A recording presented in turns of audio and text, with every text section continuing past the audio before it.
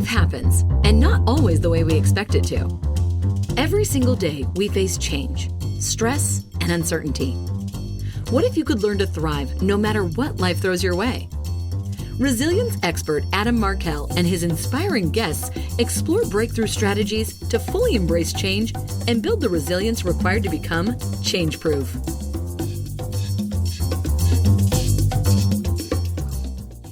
Self-mastery and self-awareness are two things that we don't give a lot of attention to. What we forget is that mastering oneself often leads to greater rewards in life. In this episode, I sit down for a talk with conscious accelerator and transformational specialist Kevin Russell. Kevin talks about how he learned to reconnect with his energetic core, connected with his inner self, and started his journey to self-enlightenment. Among the things that I discussed today with Kevin are how to tap into the energetic body, self-awareness, releasing the subconscious, starting your journey of self-mastery, harmony in the experience, moving towards fulfillment, purpose and growth, human resiliency, recognizing your reactions, and how it is that we learn to release our emotions. Sit back and enjoy this replay episode of my conversation with Kevin Russell. Hey, everybody, welcome back. And I'm just thrilled to be in the seat today, looking forward to a radical conversation with actually a thought leader that wasn't on my radar until recently, and was fortunate to have a mutual friend introduce us. And this gentleman is also a neighbor of ours. And so I'm really excited for the conversation and feeling in this moment, just blessed. In fact, in our sort of the pre-game conversation about this show, I was just sharing that, right now so many things are changing in all of our lives. We've had a lot of different changes, and plans that we had made have been now in need of some tweaking, some alteration, or the word we use, pivoting, right? And I just feel blessed that we can do that, just to be able to make a change. How great is it? Just to be able to change anything at will or based on an intention. Like, you can change your mind. You just decide there's something you've felt one particular way about. Maybe you've been digging your heels in. I sometimes do that. I'm a little stubborn at times, I'm told. And I grew up in New York, and I don't know, I think that sort of rigidness, if I can call it that, is almost like a superpower, or at least a survival skill in my youth. So yeah, I mean, what a joy, what a blessing it is to just be able to change your mind in the moment. Decide maybe you don't want to hang on to something that you've been hanging on to. Maybe I want to decide to not carry something that I've been carrying, like a resentment or an anger or a mistrust or a distrust. I get to choose to do that. Just change my mind. We constantly are making up the rules of the game as we go along. I used to say this often when I was speaking to a lot of audiences for a number of years in the personal growth and human development space. And I would say, life is the easiest game you could ever imagine. And people are like, what? What are you talking about? Life is tough. Come on. If you only knew my life story, you'd know what that was like. I go, no. Here's why it's easy, because who makes the rules? Who's the jury? Who's the judge? Who decides what things mean? And everybody got it. Everybody always gets it. Just like you're maybe listening to this now and going, oh, okay, this is a trick question, right? Because if we make all the rules and we're the referee and we're the judge and the jury and we give everything its meaning, how can you possibly lose this game? That's why it's the easiest game we could ever imagine. We just don't always choose to win it, I guess. With that, I want to introduce our guest today. Kevin Russell is a clairvoyant, intuitive, and energy change agent who helps people remove the subconscious blockages, programs, and conditioning that keeps us prisoner in life, so we can reconnect more strongly with our energetic core, our inner knowing, our inner child, and an innate connection to the energy that is even greater than us, whatever you might call that. His new book, Radical Enlightenment, My Guy on the Ninth Floor was written after a profound enlightenment experience and is a handbook for leveling up consciousness, fulfillment, and connection to your higher self. It's just a pleasure to have you on the show, neighbor. Thanks for being here, Kevin. Adam, thank you so much for having me. It's a pleasure to finally connect. Yeah, wonderful. What's something that's not a part of the bio or that introduction there that I just read? What's one thing that you would love for people to know about you? Wow, thank you. That's a great question. And I appreciate the introduction. And it's funny, this is all fairly new to me as well. I think that would be something that the enlightenment experience that I had that really launched everything was on November 21st, 2019. And I'd been interested, theology, philosophy, science, my whole life. And a question that always followed me through life was yes, and. And so diving deeper into science and quantum theory and theoretical aspects of what we're calling science, and then deeper dives in philosophy and exploring different religions, both Eastern and Western, I was always left with, yeah, and? Because none of them were the complete picture for me. And so I was doing my diligence and just kind of, taking things that worked along the way, tossing them in my tool bag, different things internally, different things interpersonally. And then, so in that regard, I think I've always been a thought leader for myself in my own life, but so many marketplaces are so noisy and so packed. My professional background's in design, user experience, user interface design. And so everybody's got their 2 cents. Everybody's, pitching their thing. And I was always just like, I want to do the work. I just want to do the work because I know I do good work, and that's what I enjoy. And then, so yeah, for me, it was that big pivot just over a year ago of getting everything, putting it together in a way that made sense for me from a what's it all about, what am I here for, what does it all mean standpoint. And it was the hardest pivot, talking about a pivot, the biggest pivot of my life, where I literally couldn't do anything but what I'm doing now and sharing the information and the perspective. To the extent that as soon as I left that session where I did kind of level up, I went straight to my wife's office and I just laid it all out. I'm like, this is the experience I had. This is what information I've got. I'm not sure what's coming next, but I can't do anything but this now. So I'm still fresh in that regard in a lot of ways, but depth and breadth of experience at the same time. So it's a real interesting place to be at right now. As a fellow husband, let's say, what was your wife's reaction to that statement? It's funny. The journey that I do outline in the book, and then I go a little bit deeper to in different areas. It really was both of us on our individual and collective journeys together, and everything with the acceleration that I've experienced within the last 5 years was really instigated from our daughter, and there was something going on with her. We took her to the Western medicine MD, who also happened to practice a form of psychological kinesiology or muscle testing to tap into the energetic body, which was a wonderful combination. And within 7 minutes, he and she uncovered that the issue wasn't anything going on with her. It was an anxiety and anxiousness that was created by being around my wife and I when we would argue or disagree. Yeah. And at the time we had our blinders on, and we were, we're not fighting. We're having semantical disagreements. We're trying to keep it. It's just, or as it was in my house growing up, just a conversation. Yeah, exactly. No, we're just talking at heightened levels of volume and intensity. Exactly. And so that really opened up our path of reconnecting with ourselves, connecting more strongly with each other, because we were excavating all of this nonsense, all of this energetic and subconscious gunk that systemically and programmatically kept us, safe, quote unquote, up until this point. But it started to really unravel things, primarily within our relationship. And so my wife was trained up in 2 energetic transformation modalities after coming out of a history with psychology as a undergrad, marriage and family therapy as her master's, and then 15 plus years as a yoga teacher, mindfulness, leader, a meditation coach.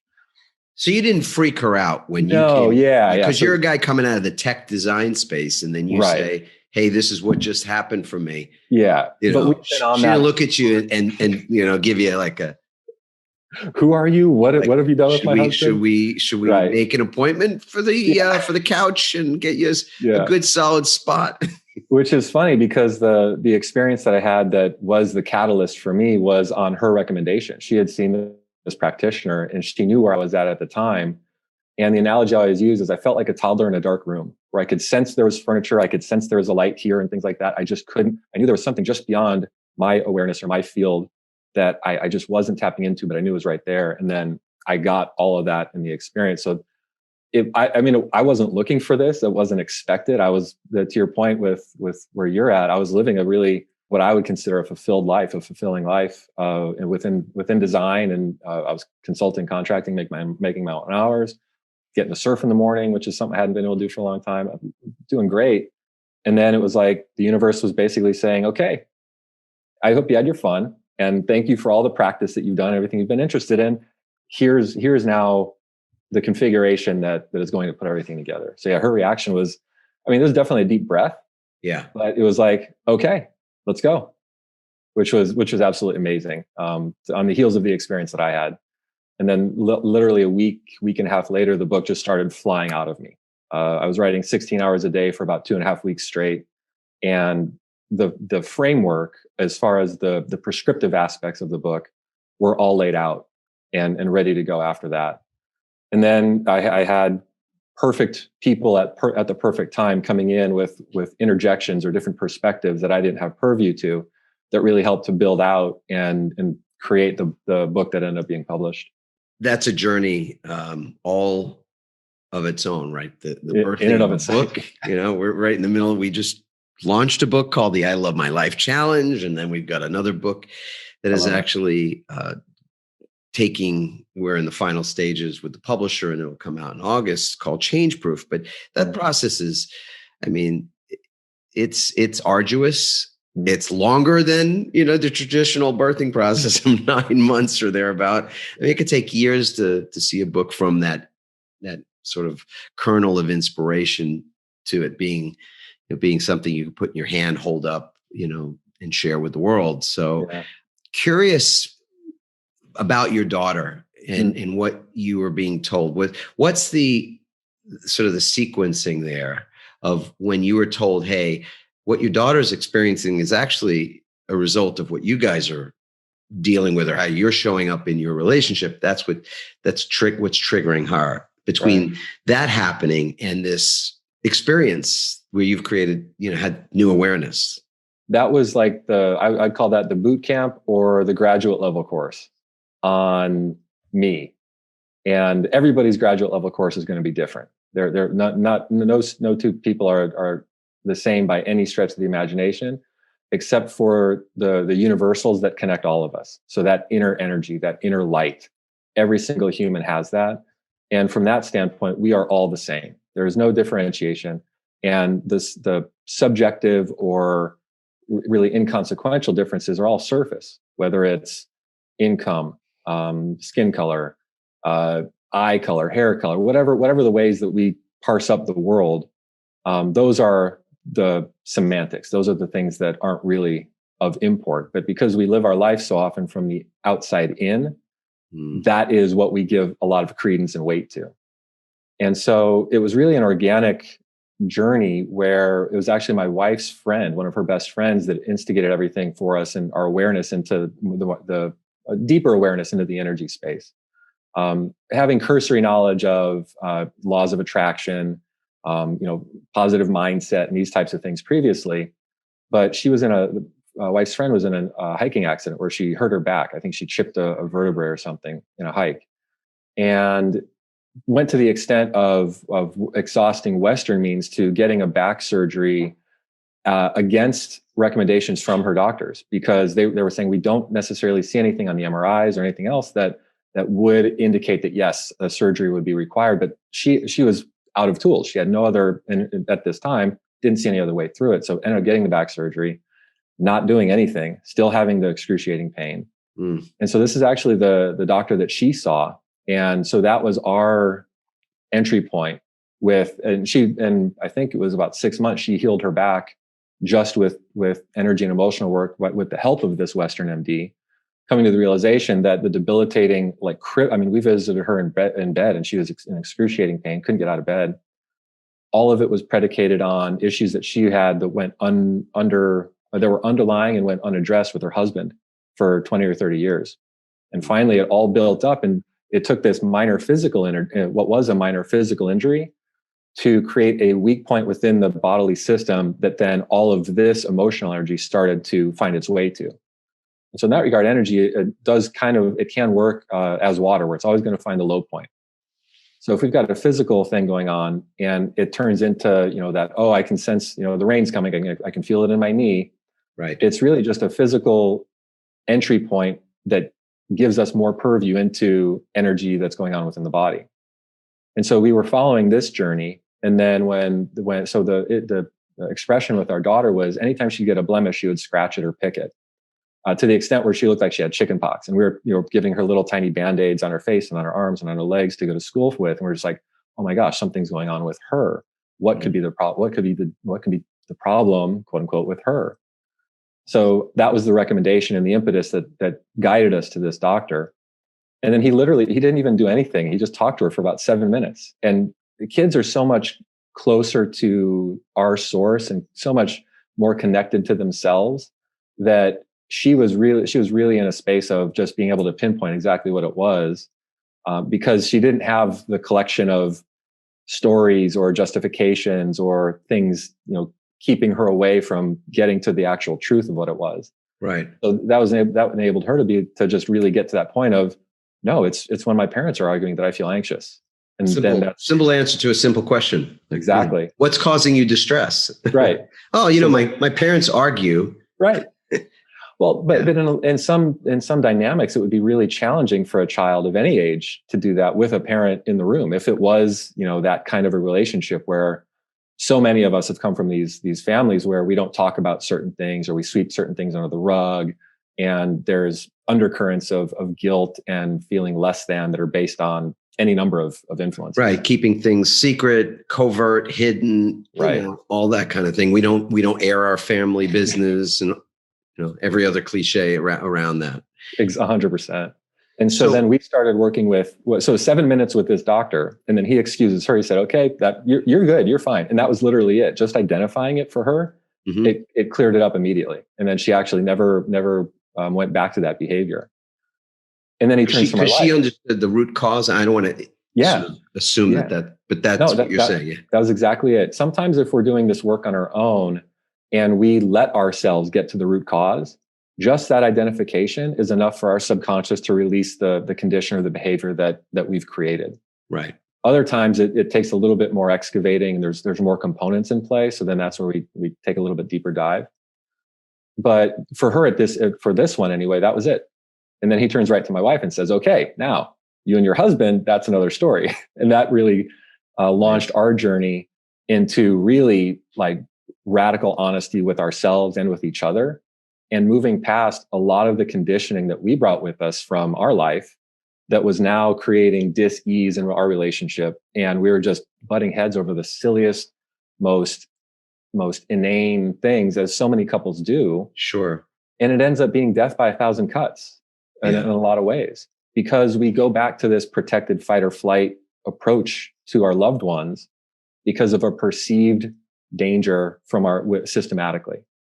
Right. And so we dove into the two modalities that really accelerated that boot camp or graduate level work, where there was one called Psyche, which is psychological kinesiology, and another one called the emotion code. And a partner of the emotion code is the body code as well.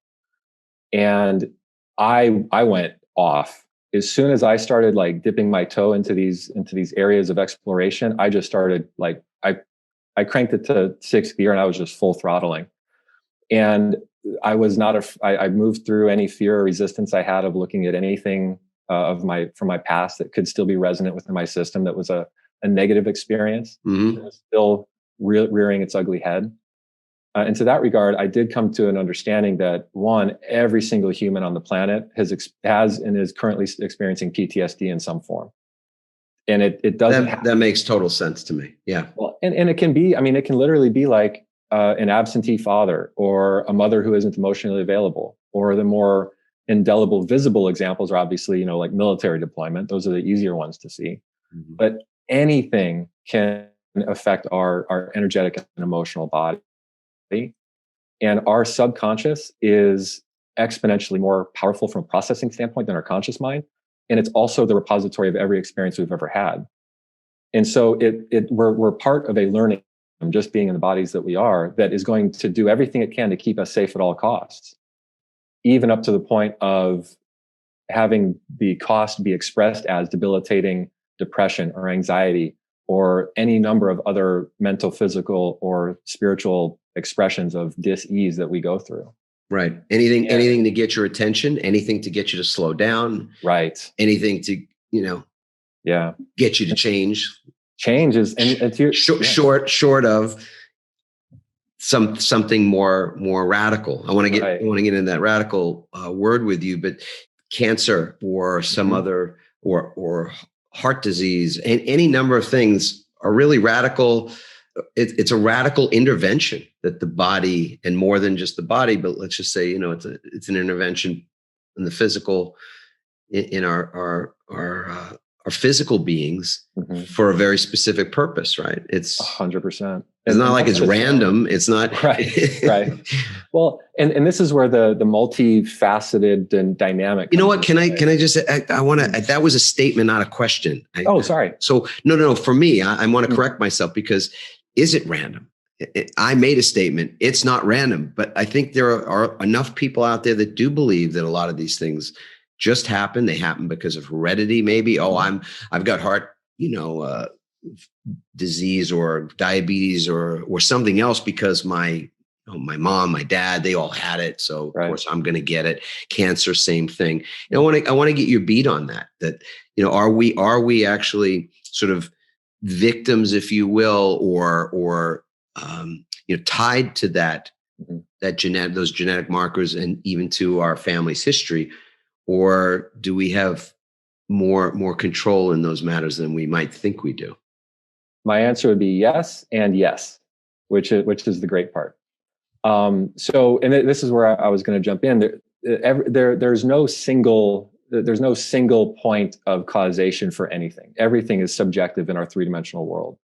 So if we are living a monk's life and our bodies are pristine vessels, and we're also working in an asbestos factory, there is a greater chance that we're going to develop lung cancer, emphysema, or something because of our physical world. So not to downplay any chemicals or any electric power lines, anything like that is our infrastructure. Of course, it can impact us, but also our genetic history. And this is where we get into genetic mutation and energy transfer.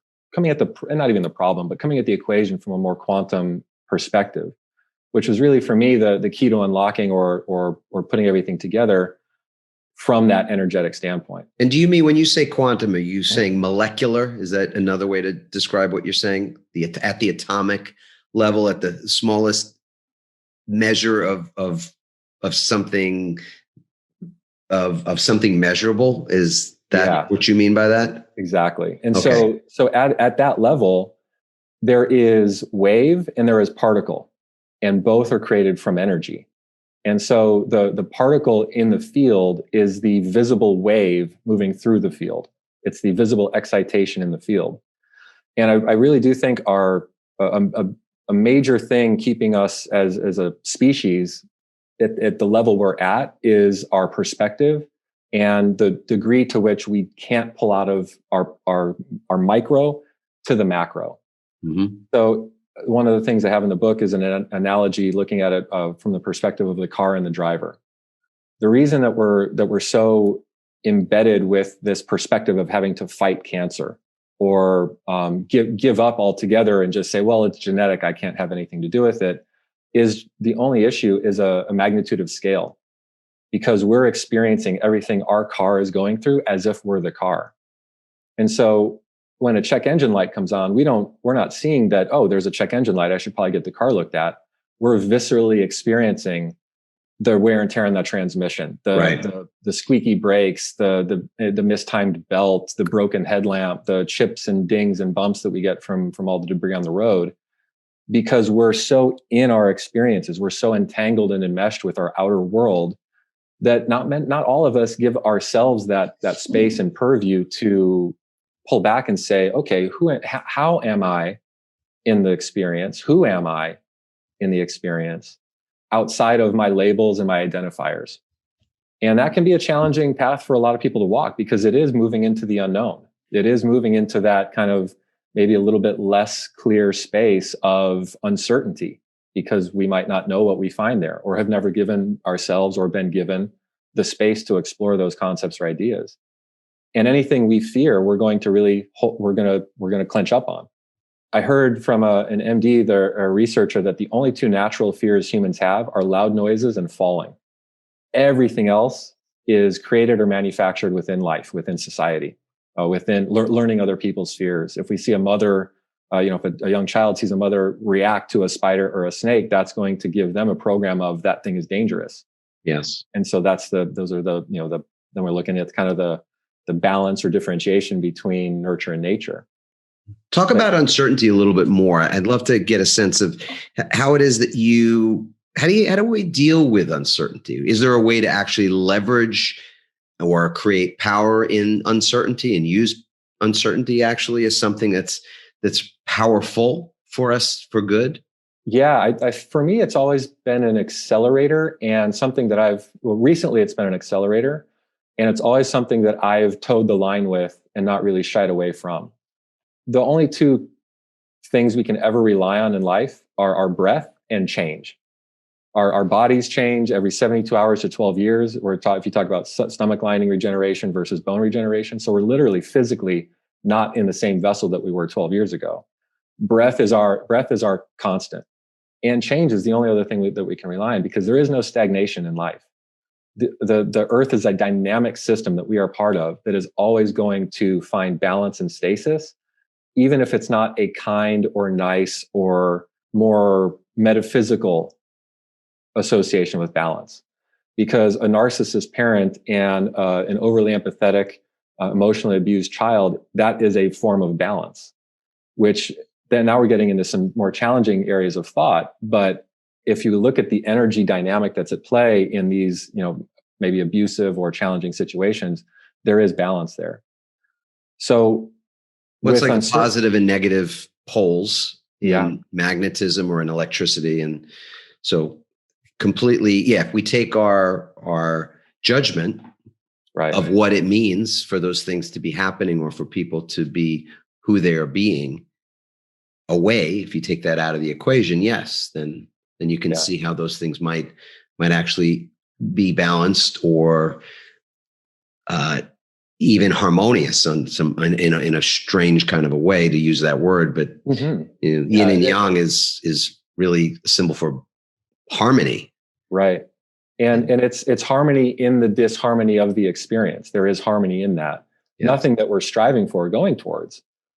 But with the uncertainty, a lot of times, again, because our systems are pre-programmed for safety, the only intention that our bodies have is to keep us safe. But so often it keeps us away from taking those things, taking a risk maybe on something we're drawn to. I had a really expansive conversation with my dad right after our daughter was born, where I was working in-house in my design career. And I lasted 3 days, I think, in this position. And I was almost having a visceral reaction to the job and to the little niche that I was in. And I was, again, to the credit to my wife, Kelly, she did not bat an eye when I was working 2 jobs. So I was, leaving this day job that I was starting my burgeoning design career with to go back work in the restaurant that I was working at, because we'd made the decision that we wanted to divide and conquer and not pay one of our salaries to daycare. And so we were committed to having one of us in the home.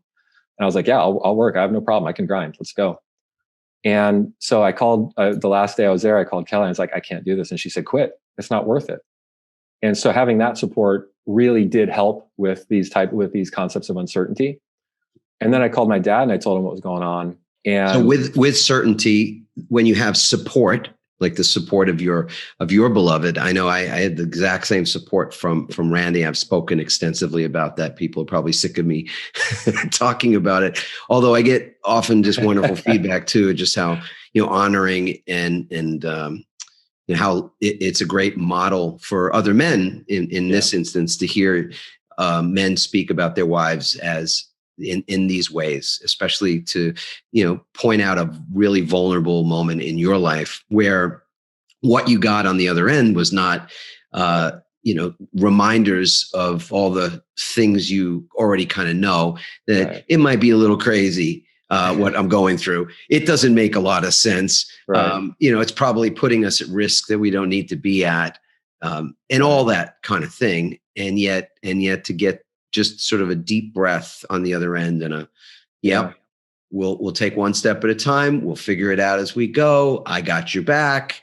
It's to say that's valuable is a gross understatement. Oh, it was invaluable. And we laid that groundwork earlier in our relationship, where we had those conversations of where are you with politics? Where are you with religion? Where are you with having kids? And so I think that, if we're going way back, that was probably the instigator that created that dynamic between us. And we would do, hey, what's the worst case scenario? Okay, we lose everything. We're homeless on the street.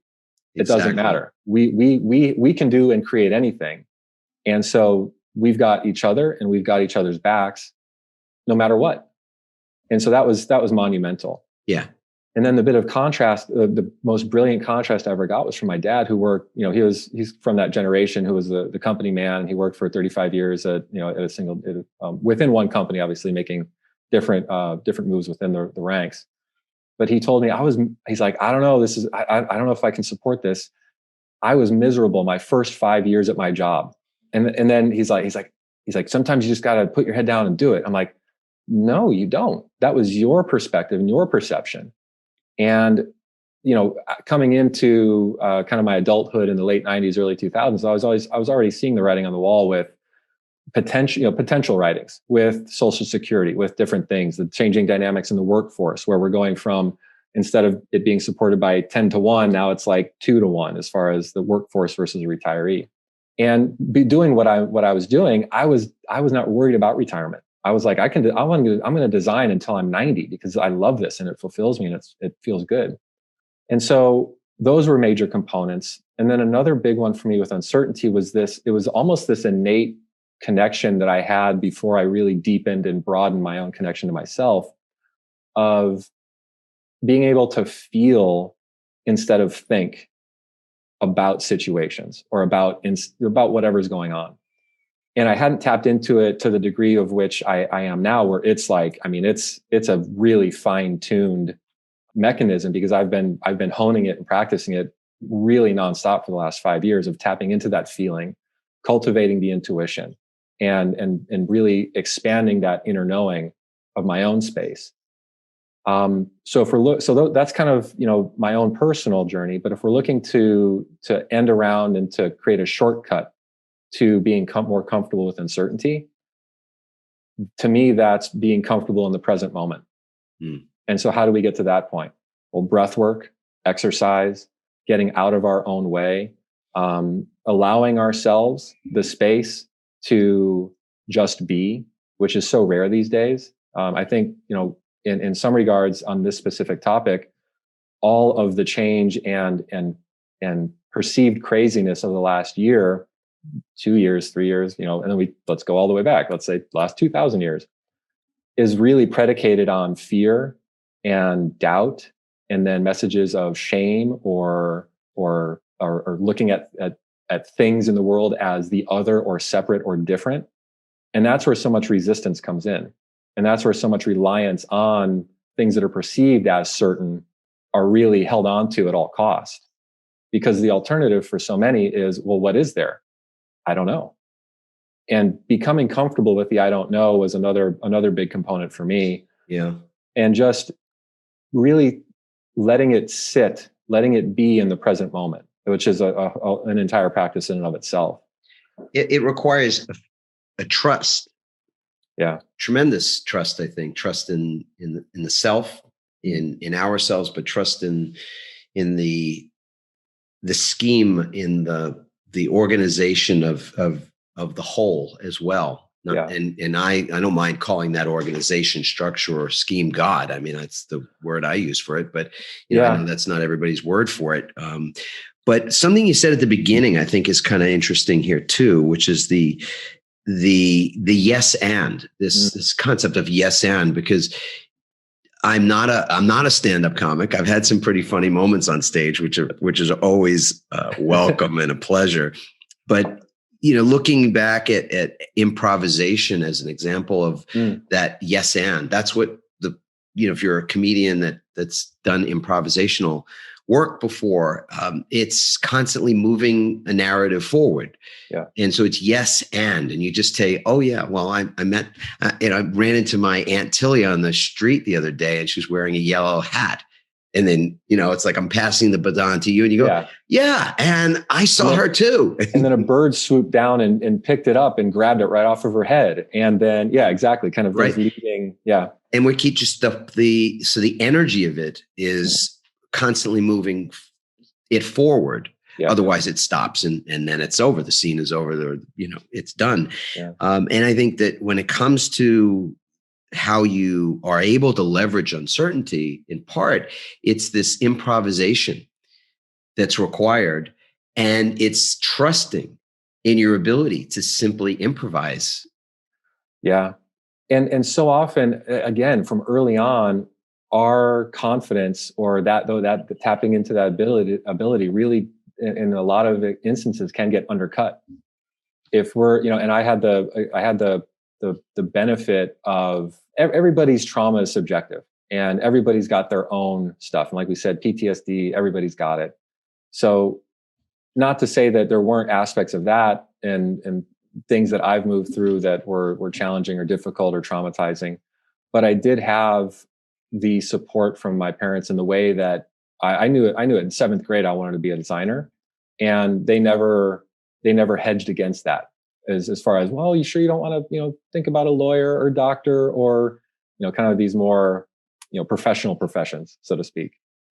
And so there, the freedom that afforded me to not only have the initiation of this is what feeds me, but then also the support to explore that was huge. But I wanted to mention, I brought up a thing that a trainer and mentor told me one time, and it was sometimes we just need to jump and build our wings on the way down, which leads right into that concept of trusting the organization or the architecture, so to speak. And I completely agree. I think the label, anything that we endeavor, is trying to explain our place in the universe. Science, theology, philosophy, spirituality. And to me, they are all components of the whole. They all have value and they all have information that we can take and incorporate to kind of see how it does all fit together. But it was really that instigation and then that continuation of moving forward, because there is no stagnation in life.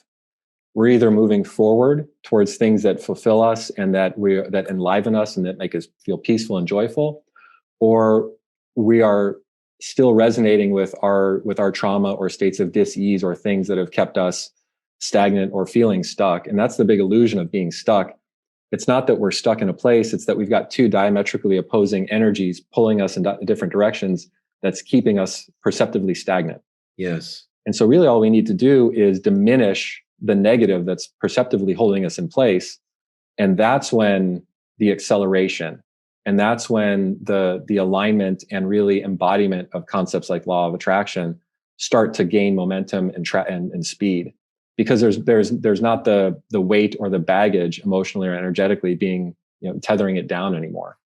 Yeah, that's a great visual right there. I appreciate very much, Kevin, you said that, this concept of almost like a tug of war that's happening. We remember from when we were kids and you'd be tug of warring and then, somebody would say, "Oh, let go of the rope," and then the other side would just fall on Collapses. their, like everybody falls back.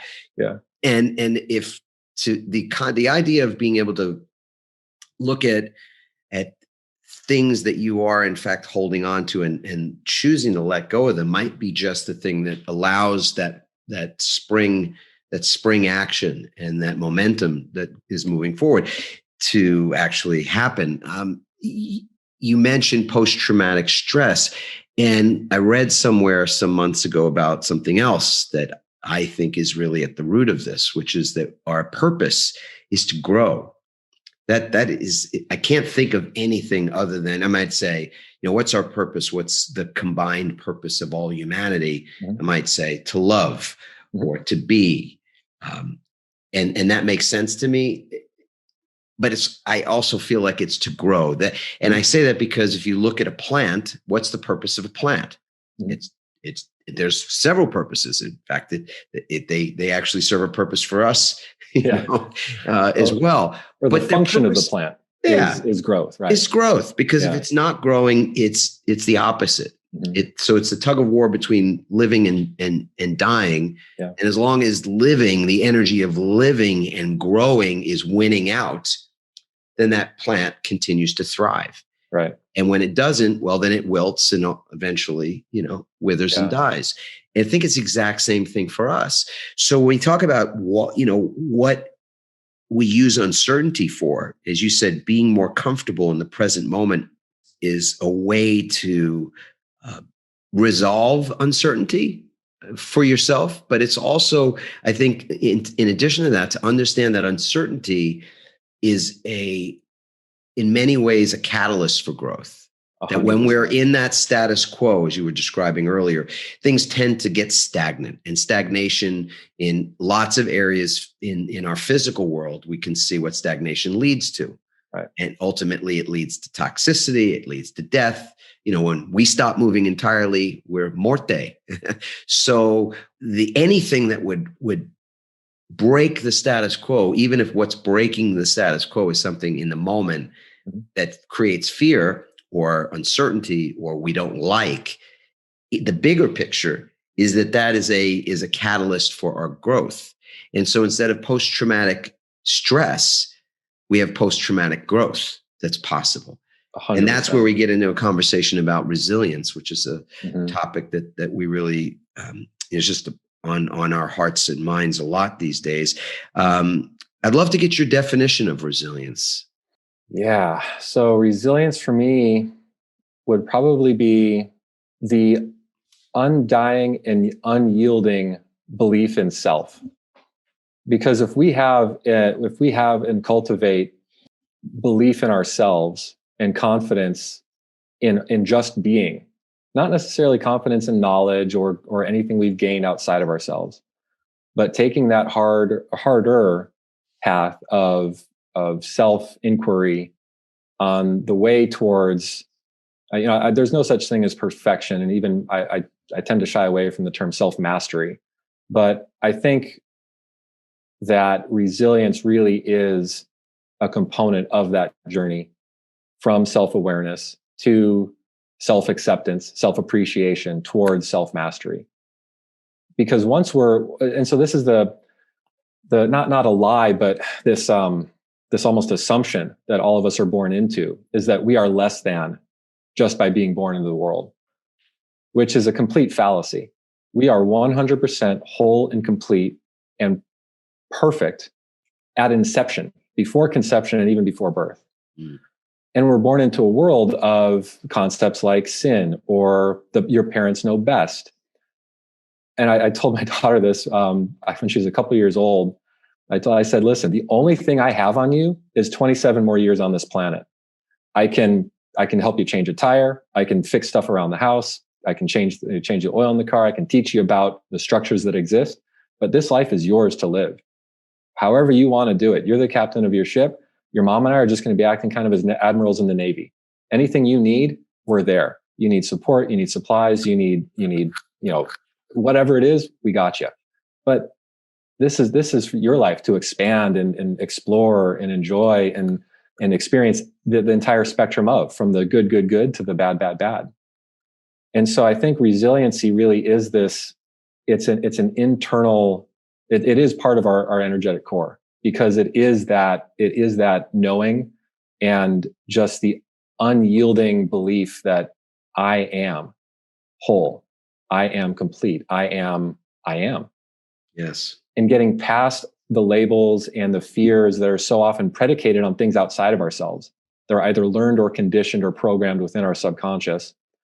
And this is where we get into the challenge of the dance between what I term our bio machine, which is absolutely everything of our system except for our conscious mind, our prefrontal cortex, and our energetic core. All of our limbic system, our autonomic nervous system, everything is part of the subconscious mind body, that bio machine. And operationally, the subconscious can process about 20 million bits per second. And that's from what I've seen with recent research, that's even a conservative estimate. Our conscious mind, when we're critically thinking, we're having conscious communication, we're connecting with others, operates at about 40 bits per second. So right off the bat, we're dealing with what is that? A 500,000x disparity between our conscious mind and the system running our lives the majority of the time, which is our subconscious. And so often in relationships and in life, drop into these patterns that are programmed. And it's not that we aren't all resilient. It's that so many of us are identifying with our states of dis-ease that it's perceptive to us that resilience isn't attainable, or that self-confidence or intuition isn't attainable, because we've been conditioned and programmed to always looking outside of ourselves for answers, instead of taking the more challenging path of moving through those fears. And they're just veils or real, gossamer membranes of energy. But because they've been cultivated and reinforced our entire lives, the more we replay them, they grow into these monsters that we feel like we can never get away from or move past. And like I was saying before, with that sprint or the graduate level course of what my wife and I did for the last 5 years with energy work and moving, clearing out our own junk from our proverbial subconscious trunk, that was really a reconnection with myself and a disassociation in a positive way from the programs and conditioned behaviors that have been running within my system for my entire life, pretty much. So in this journey, I came to the realization that, one, I'd pretty much been holding my breath for about 30 years, where I was finally taking full and expansive breaths, and I understood what a full and expansive breath was and felt like. And then moving through these perceptions of, I've got, and for me, the legacy kind of aspects for me were allergies. I was real sickly as a child. I've got food allergies, talking about kind of genetic mutation or predisposition, to the extent where my grandmother would have medicated bandages on because her eczema was so bad and her skin, like her entire skin on her body was erupting. And so this is where energy comes into play, even with these genetic mutations and perceived lineage aspects of life that we feel like we can't get away from. There are actually energetic components that will initiate that in one generation. And if nothing is really attending to that energy, it's going to be carried through, and it's going to morph, and it's going to transform, and it's going to then look a different way 2, 3, 4 generations down the path. So for me, we're getting into a little bit of the metaphysical, where a lot of the work I did towards the tail end of this boot camp graduate level course was actually ancestral work. And there was a ton for me that was now accessible because I'd been doing the work of clearing my own, this life stuff out of the way. But the indicator that I was getting was my gastrointestinal dis-ease that I'd been experiencing for my whole life was clear. And I could feel what feeling, whole and solid within my system felt like, outside of, I always used to call it bubble gut, where it's just, now it's termed leaky gut, IBS. They've got all these terms for these different aspects. And really it's just, to your point about, or I said the engine light's on, but we can't see it. And you said about the expressions of cancer and all these other things. It's literally our system screaming at us that, hey, something's going on in here, and there's not good things, and there's energy components that aren't working for you. Right. You pay attention to me. Right. And this is kind of a funny moment probably for some folks who have a check engine light on in their car, because there are people who can't, will not drive around with a check engine light on. As soon as it comes on, they go and get it checked out. And then there are others that will drive around with it on and ignore it. And sometimes even, it's just like not even seeing it. And I think that's I think if everybody had that light that was flashing, visible. Yeah. It would make it quite easy. There would still be people who would run on empty or run the car. I still got, 10,000 miles before I have to bring it in, kind of thing. Right. But most people would go, yeah, it's time for me to head to the shop. Right. So I think in part, my question to you would be, do you have a way for people to check in the moment to see whether or not there are check engine lights on, or what we like to, I think people call the idiot lights in their car. Right. Yeah. And so I didn't expect the conversation to go this place, but I'm glad it has, because it's a really tangible thing for people to consider, think about. Mm-hmm. And if you've got any advice, I'd love to have it. Is there a way to check the system for those idiot lights? Yeah. And so that's such a great question. So really the where I've come to is, I think where many people have come to that are on this self-inquiry, self-mastery journey is, one, there is no end. It's just, and the analogy I always use is there's climbs and plateaus, and climbs are more challenging aspects. And then plateaus are I can see the clear sky type of thing. Really, it's a practice. And the angle I've come at it from in the book, and there's, if anybody's interested, it's literally a blueprint for how to do this and lays it all out in detail. But it really starts with giving ourselves, one, reconnecting and figuring out who we are outside of fight, flight, or freeze. Because we really, in today's society, we always are dealing with low grades of it based on all the inputs we get from society, from spouses, from family, from everybody. We get dropped into our limbic system way too easily. So instilling a daily practice of awareness is one of the best ways to get started. So for me, that looks like, if we're looking for structure, that would be a vigorous diaphragmatic breathing practice in the morning. One of my favorites is Wim Hof. Yep. Because when we're breathing, we're hyper-oxygenating our system. We're expelling CO2. And so we're shifting from more of an acidic to an alkaline environment, which no states of disease or disease can survive in an alkaline environment. So that would be number one. And incorporating those regularly. It doesn't have to be every day, but if it's not going to be something done every day, compare and contrast the days that we did have a 5 or 10 minute really vigorous diaphragmatic breathing practice and the days that we didn't. Yep. And then see the differences. That's great. Yeah. And another book that I'd recommend to folks too to check out would be The Presence Process, which is Michael Brown's book, which is tremendously helpful breathing exercises, among other things. Yeah. So then the next step in our day is tasking ourselves with the challenge of shortening the duration between having a reaction and recognizing that it was a reaction. So shortening the distance between reaction and recognition, because we're going to get dropped into reaction in the day. Our systems are predefined and predisposed to it because, again, all it's trying to do is keep us safe.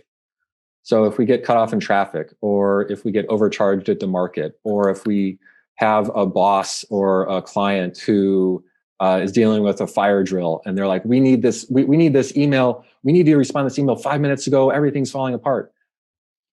If we get dropped into reaction, we're literally not in our right mind, where we've defaulted to one of our dominant hemispheres, either, analytical or emotional, and we are in a reactive state. So cultivating the awareness practice of having a reaction, feeling the reaction, and then recognizing that was a reaction. So we're shortening the duration. We're not letting ourselves get away with the kind of ego stroking or whatever that comes along with it of, oh, that guy, I can't believe he did that to me, and predicating things that anybody else is doing in the world as anything. Yeah, just reinforcing the reaction as opposed to being present with, hey, I guess that just happened.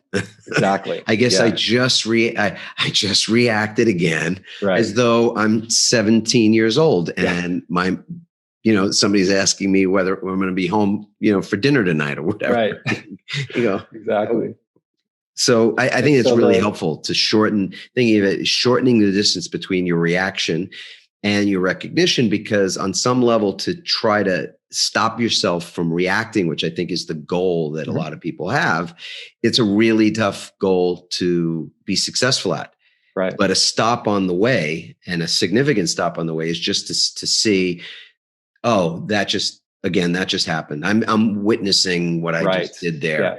And that may lead to you being able to revisit that reaction with the person or in the situation might lead to an apology. It might just lead to the idea that next time when I'm faced with something like that, I can take a breath and go, instead of actually reacting, go, maybe I don't react here. And then I don't have to feel bad about it afterward. Exactly. Yeah. And then the evening or end of the day practice would be, so there's a posture, it's called a hookup or a whole brain posture. And this is in brain gym activities, and it's in a couple of different places. And I learned about it through the modalities that we learned. But it's basically breaking the midline of our body. And so we, just like everything else in our world, and this is where we get into the quantum as well, like the table I'm sitting at, the perceptively solid piece of wood is not solid if we're talking the molecular structure. There is space and there is energy going on within that. It's latent energy. And then a really great way to be able to express that is if you throw a wood table on a fire, that energy is going to be released in the form of combustion. And so our systems are the same way. And we don't often give ourselves the space to have to utilize our pressure relief valve, which is our emotions. And again, and if we look at it from a gender or a sex standpoint, masculine leaning energy in our world is usually met with, boys don't cry, you suck it up, brush it off. More feminine leaning energy can be met with, why are you so emotional all the time? Why, and so none of us in any expression or experience are really given the space to be able to bawl it out or cry it out or burn through and work through emotional stuff. It's just, nope, smush it down.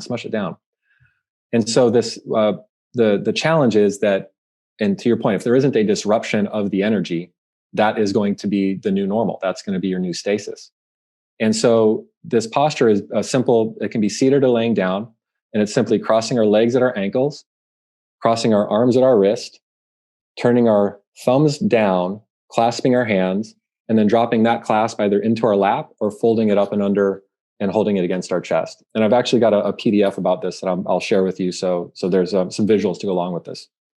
So what we're doing is we're physically breaking the midline, the energetic midline of our body, because we, just as the earth has an electromagnetic field, so does each and every one of us. It's called a torus field. And we've actually got two.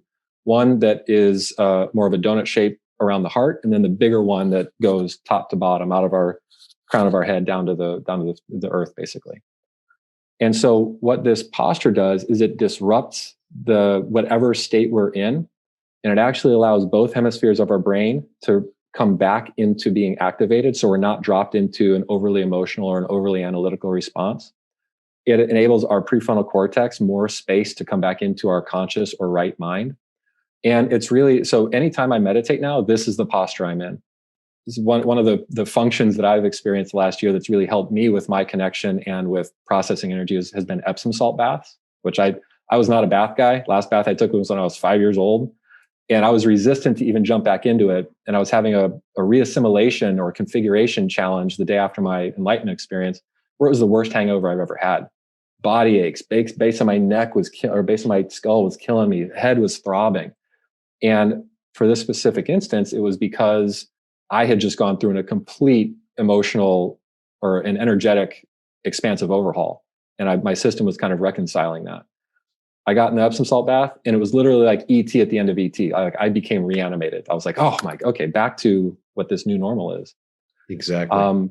And so giving ourselves that space at the end of the day with that more, I'd say like a Thai forest meditation, where we're kind of doing that Homer Simpson belly. We're not worried about our beach belly. We're giving our diaphragm room to expand, our lungs to expand in our torso, and more of a natural relaxed breathing practice coupled with this whole brain posture is literally going to separate us from our resistance or our reactions to the day. And it's going to bring us back into our conscious mind. And with relationships, with everything like that, so often we get triggered and dropped right back into these reactive states. And this is the cause of so much dis-ease across the board in our world. Yes. So the daily practice, if we're starting on this journey, these three components: breath work in the morning, mindfulness, awareness of reaction and recognition during the day, and then giving ourselves the space to disconnect from those experiences, bringing our whole system back online, is probably, and again, it is a practice. This is not one and done. There's no such thing as a silver bullet.